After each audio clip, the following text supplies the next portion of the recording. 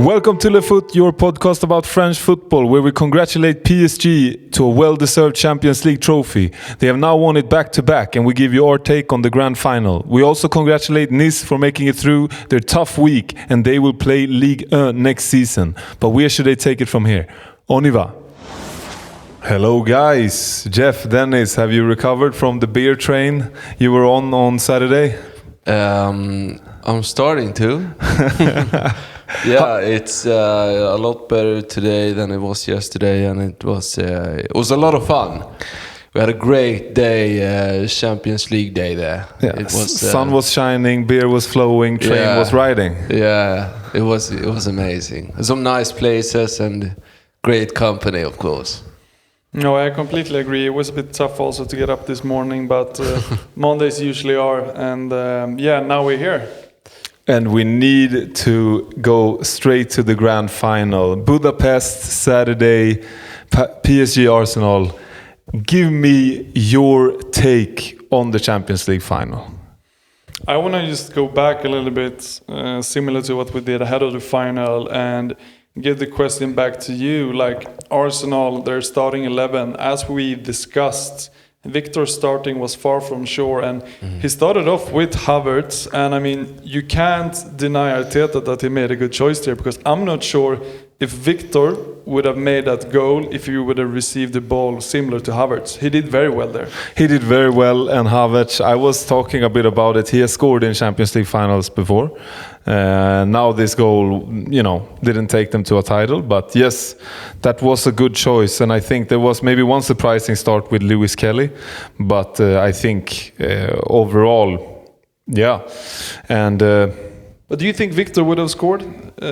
Same circumstances, like receiving the ball where Havertz did. Do you think he would have, paced himself through and made that shot? It's very difficult to say. I think that no, he wouldn't have put himself from that position into the next position and then scored. No. But if we stick there, because early on Arsenal scores a goal, Safonov's acting there, I would say I don't think it's optimal. I think the angle, everything, it's a good shot from Havertz, but I think several goalkeepers, including Raya, would have done a better job than Safonov did there. Perhaps Raya would have taken that shot, perhaps, or I mean, maybe he would have had. But I think it's a great shot, and I mean, you always say a keeper should have their first corner, but it's a great shot, and you've seen better goals than Safonov conceding similar shots. So yes, perhaps, but I think he did very well, Havertz, and.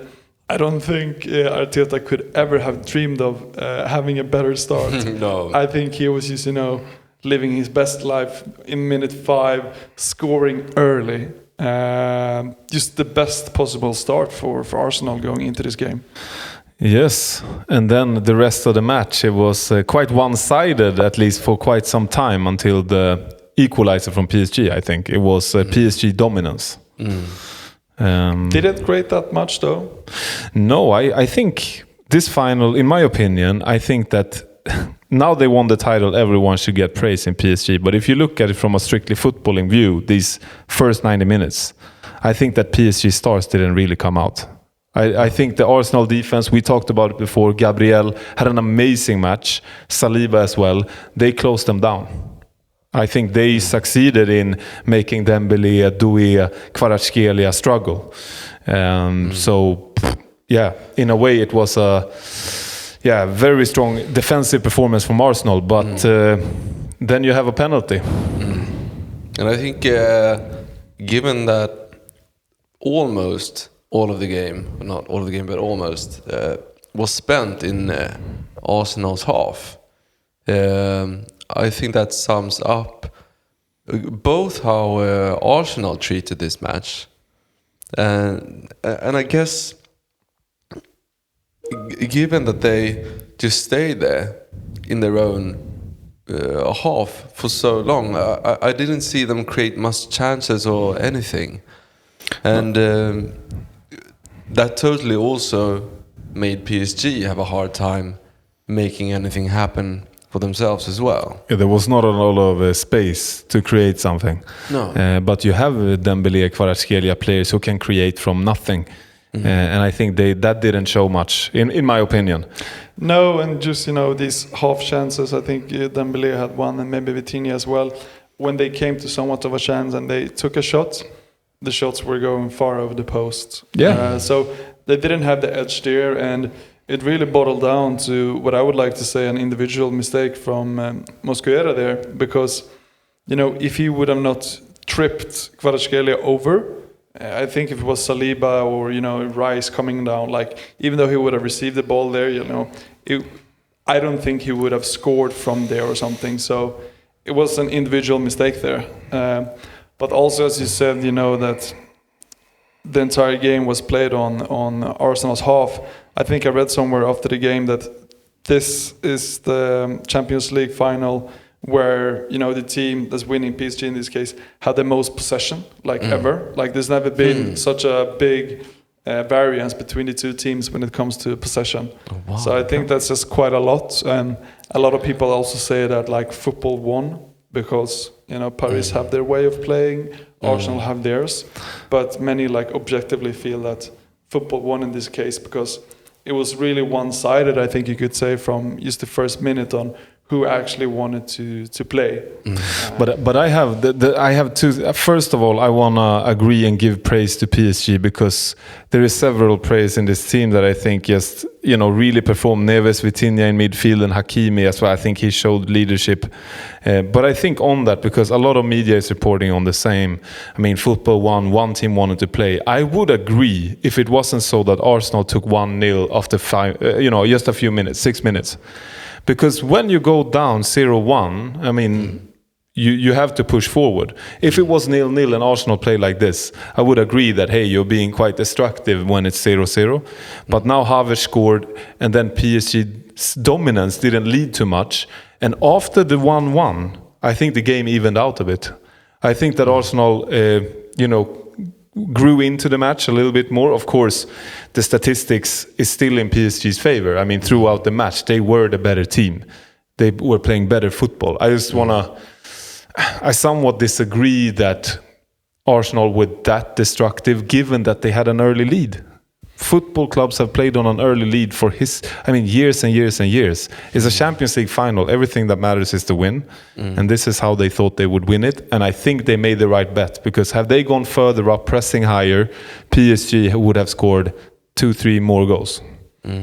I mean, somewhere in there's a point, but I also feel running up to the last minutes of the first half, Arsenal receives a corner. I don't know if it was their first corner in the first half, or even the only corner they had throughout the first 90 minutes. It's 4 minutes extra time. It's 30 seconds left of those 4 minutes, and Saka walks down as he usually does to go down and take the corner. It takes him 1 minute, so the extra time has gone over with 30 seconds. The referee blows off the first half. You lose a corner, which is probably one of Arsenal's biggest threat.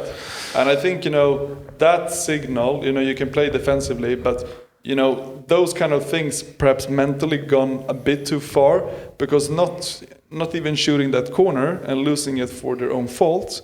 I think that's just bad. Yeah, and I mean, I agree with that point. I think anything you do in that sense was not maybe the best move from Arsenal. I think the game plan maybe was held a little too tight. I also think that to that point, it paid off eventually that PSG was the aggressive side, because if you look at those, if we're gonna go to the extra time now, I think it was pretty even though PSG kept dominating. But I think when you head into a penalty shootout, I mean, the Arsenal players looked so much more stressed. They looked so much more nervous. And of course, all these PSG players have already won this trophy 1 year ago. They've been in this position, not on penalties, but they have this trophy.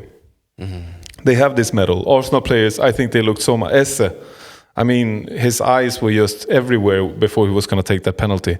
And Safonov, horrible penalty goalkeeper. Did you see? I don't remember who scored that penalty, but it was like a pass next to Safonov. He just stood there glued to the ground. So, I mean, Arsenal players that they went up there and tried to hit it, right into the corner. They didn't have to. They just needed to get the ball past Safonov. So I think it paid off that PSG, they have this quality. They push through the match. One thing that is striking to me though is that when Dembélé and Kvaratskhelia go out, I think honestly Gonzalo Ramos and Barcola is such a downgrade. It's when they came on, I don't think PSG are nearly as dangerous anymore. No, I agree. You have Doué, you have Kvaratskhelia, and you have Dembélé. And with two of these out, of course, they were probably tired. So it was the right thing to take them out. But I think, Gonzalo Ramos, now he scored his penalty and that is super. But overall, I think the performance was not good. No, I agree. Maybe they should look after something else this upcoming summer. But no, I totally agree that Ramos did not execute or do anything special that game. Besides the penalty, of course. But looking over at the substitutions Arsenal made, and Gyökeres coming in the middle of the second half, and then you also have players like Madueke and Eze coming in after that. What kind of impacts do you guys feel that they made in to the game? I think Timber a bit of energy, but I think apart from that, I think it was not great. I think Madueke also had energy, but didn't create much of substance. Esse, Martinelli, Gyökeres, no. I was really disappointed on Gyökeres because I think he made such a good, both games he played against Atletico was so good, and then especially that he really showed off his physicality on being able to retrieve the ball when the team was threatened, take it, hold it for a second, and then play it further to Odegaard or Rice or whoever. But it felt like he played about 50 minutes. It didn't feel like he got a proper touch during any time during those 50 minutes. I didn't feel like any moment he received or could have received the ball, he made a good sequence out of that play. So he looked a bit uncomfortable. Not only him to blame. I think there were few players in terms of offense in Arsenal who really made an impact. But as a Swede, I think I might have hoped for Gyökeres to have a bit more presence throughout his 50 minutes in the game. So I was a bit disappointed there. Yeah, and I think there is always hard with a striker when your team is on the defense. The balls he got to play with were always tricky, but I think he could have done and should have done more with the balls that actually came up to him. It was almost like the balls were, it never stopped at him. Even if it looks like he's going to win the duel, somehow the ball was lost. So I completely agree. And it's a tough one. But if we head into the penalties then, there he stepped up. He scores, that must have been nerve-wracking in front of the full-packed Champions League final stadium. And he did the job. I don't think... I think it was an okay penalty shootout. I think it was an okay match. I don't think quality-wise it was near PSG Bayern Munich. That was the football candy of this season. Yeah, wow. And this well-deserved victory to PSG. And I have a question for you guys. Is this a dynasty now? We have our French champions, PSG, winning back-to-back Champions League titles. Only the second team in modern history to do so. They say it's almost impossible. It's only Real Madrid that can do it. Now PSG has done it. Is this a dynasty that we are watching, a football dynasty? Yeah, I think so. I think they rightfully execute well. It's like it feels like PSG do everything right. We can speak about how they delayed games through this spring and winter, but they made everything work for PSG as a team, and they won the league and they won Champions League as well, and I think they beat Bayern München, Liverpool. They've had their really tough opponents going up to this final too. And I just think it goes to show that it's by far the best team out there now. Yeah, I can only agree. It is definitely the best football club in the world. And I agree with the Dynasty as well. Of course, it's always tricky to say when you're in the middle of it. What do you say, Jeff? Is it a footballing dynasty we're witnessing? Yeah, I mean, as the second team in the world to win the Champions League back-to-back, I think you could call that a dynasty. Depends on how you want to, dig into the word of dynasty, because dynasty for me is like the Chinese dynasty, and then we're talking hundreds of years.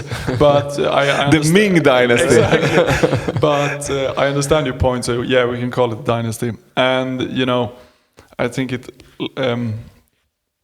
I mean, the players are great, obviously. Otherwise, you would not win back-to-back. But I think, Luis Enrique really needs his praise here as well. And I think he starts to get it more and more now. Because now, I mean, he's won as many Champions League as Pep Guardiola, who many people would say is, the greatest coach of our generation. He's talking about him or Sir Alex.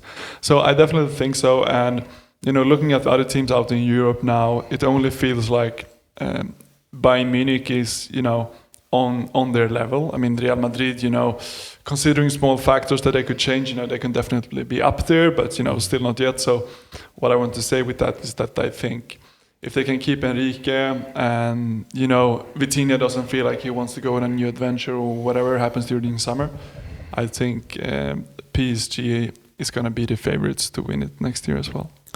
Because to that point as well, they have young players and they have more young players on the way from the academy. I think we are seeing, of course, the peak. They are winning everything they can win, but we are also in the start of something here. There will be homegrown talents mixed with bought-in talents. I think one thing as well, it's always talked about a lot of money when it comes to PSG, and that has been correct as of the recent history. You had the Mbappé, the Neymars, the Messis, you had a lot of star players. But right now, I think if you look at the market value of these two clubs, I think it's quite similar, the troop value, in money-wise. And it shows that it's the expertise and the team that will win it in the end. Because with Mbappé, with Messi, with Neymar, I mean, completely off balance, that whole setup. And now they don't have the same type of stars, but they have the world's best football team. And I think it's telling. And also, in a way, you can turn it back to Arsenal as well. It's like you have this much money into a squad and you're playing this much of a defensive approach. It's interesting how two completely different strategies, both on the pitch, but also in the clubhouse, with the signings and everything, where you have one, it's about physique, strength, defense, and you have PSG about technical ability and speed. And the way they've done it, I don't know where it's going to end, I think a lot of players now also want to come to PSG. It's a similar end destination for a lot of players in the world than Barcelona, Real Madrid, Liverpool, Bayern Munich. PSG is up there. Yeah, I mean, they're definitely building that reputation. It's been an ongoing project for a while, and I think I've said before, like for me, it kind of started when Zlatan and players during that time came, but it's definitely been, developing, and the reputation has been growing. And I mean, they've had so many world-class players there over the years, but now they're also winning the biggest trophies.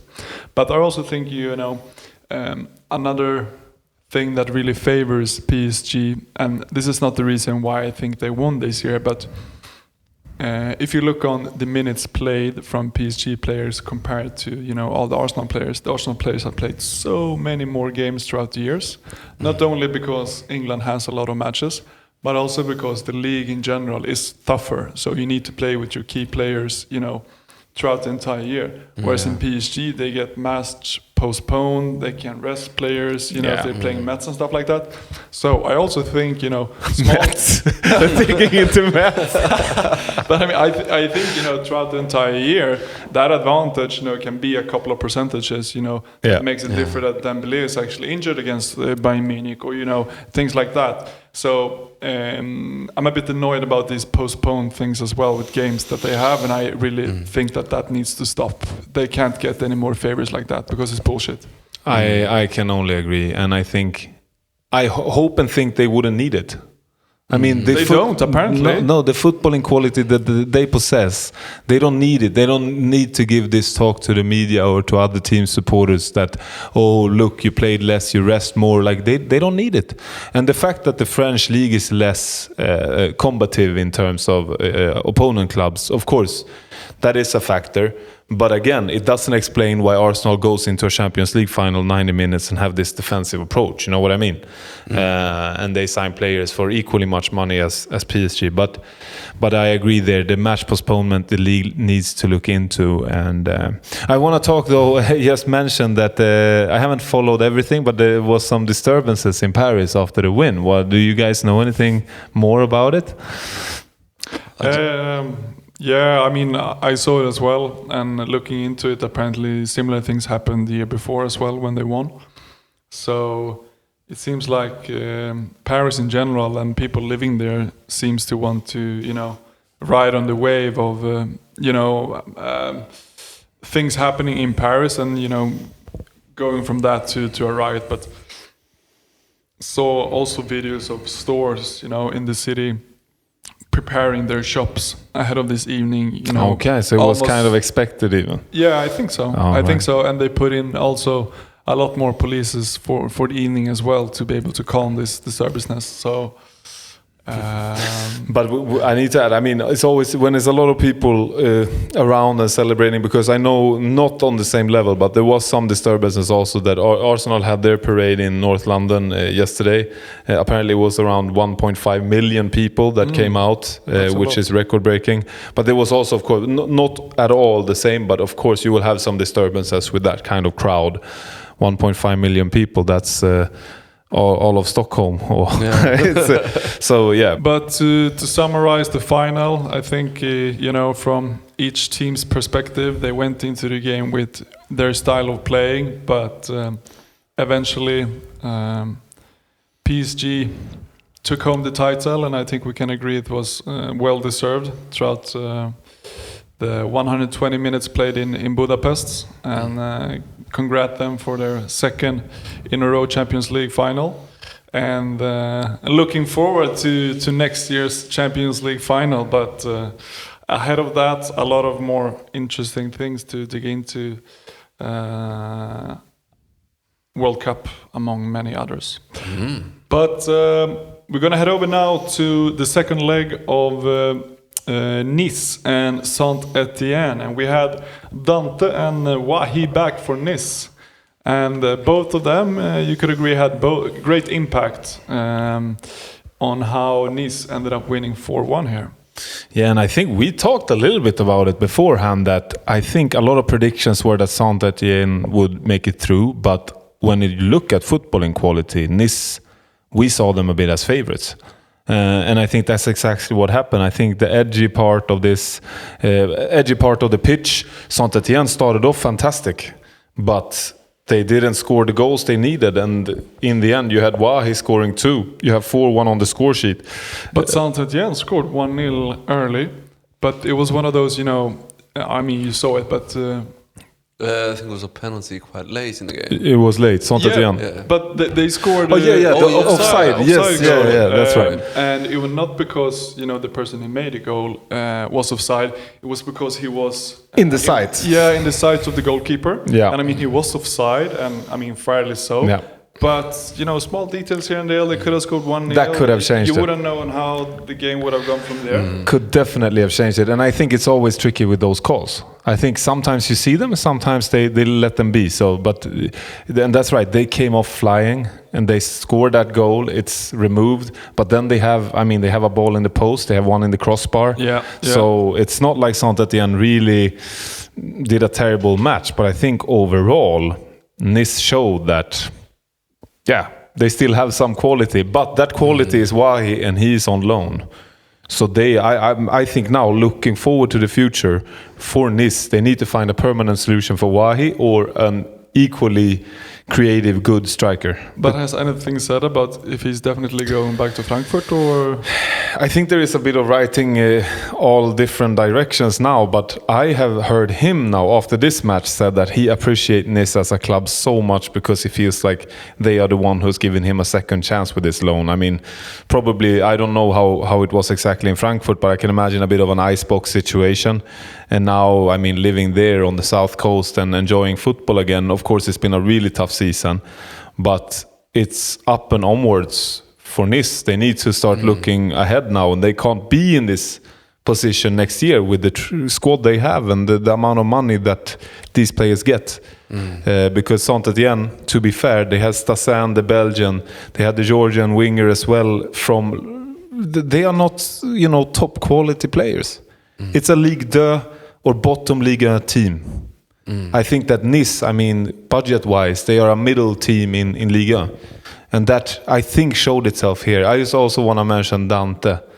What do you think? Is this the proper send-off now, a better one? I mean, yeah, because he's also said that this is his last game ever in his career. So he can go out, feeling that he left Nice in the same place where they were when he came, because he's been there for a few years now. So, he didn't end up his career by dragging them down to Ligue 2.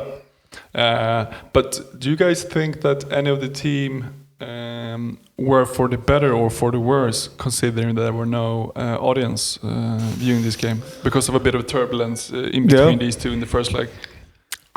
It's a good question. Empty. I hate when watching football when the stands are empty. I must have supporters there to make it feel like it's not a training match. Who was gaining most out of that should be Saint-Étienne as an away team, but given the anger that has been among the Nice supporters, maybe it was even for the better for Nice. What do you think, Dennis? I agree. I think the passion from the Nice side could be both beneficial, but given the situation, maybe not so. So, as you say, I really think that some slight benefits towards Nice in this moment in time.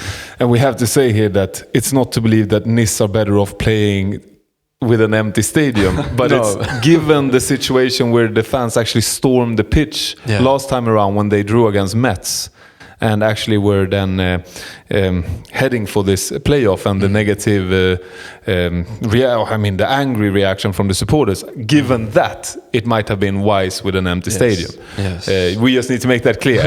They should definitely have all their fantastic supporters back for next season start, because they will need them. They need the atmosphere boiling like it can really do at Allianz Riviera. But overall, we have to congratulate Nice then. I mean, they are staying. And I think all of us said Saint-Étienne, or no?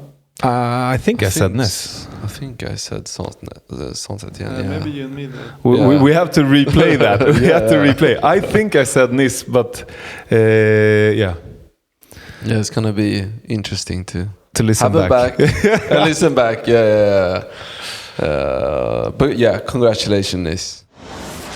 That is it for this week. Follow us on socials, subscribe, and give us a rating wherever you listen to podcasts. For queries, you're always welcome to reach out at lefootpodcast@gmail.com. Now we want you to have a fantastic week and see you next Monday. Au revoir.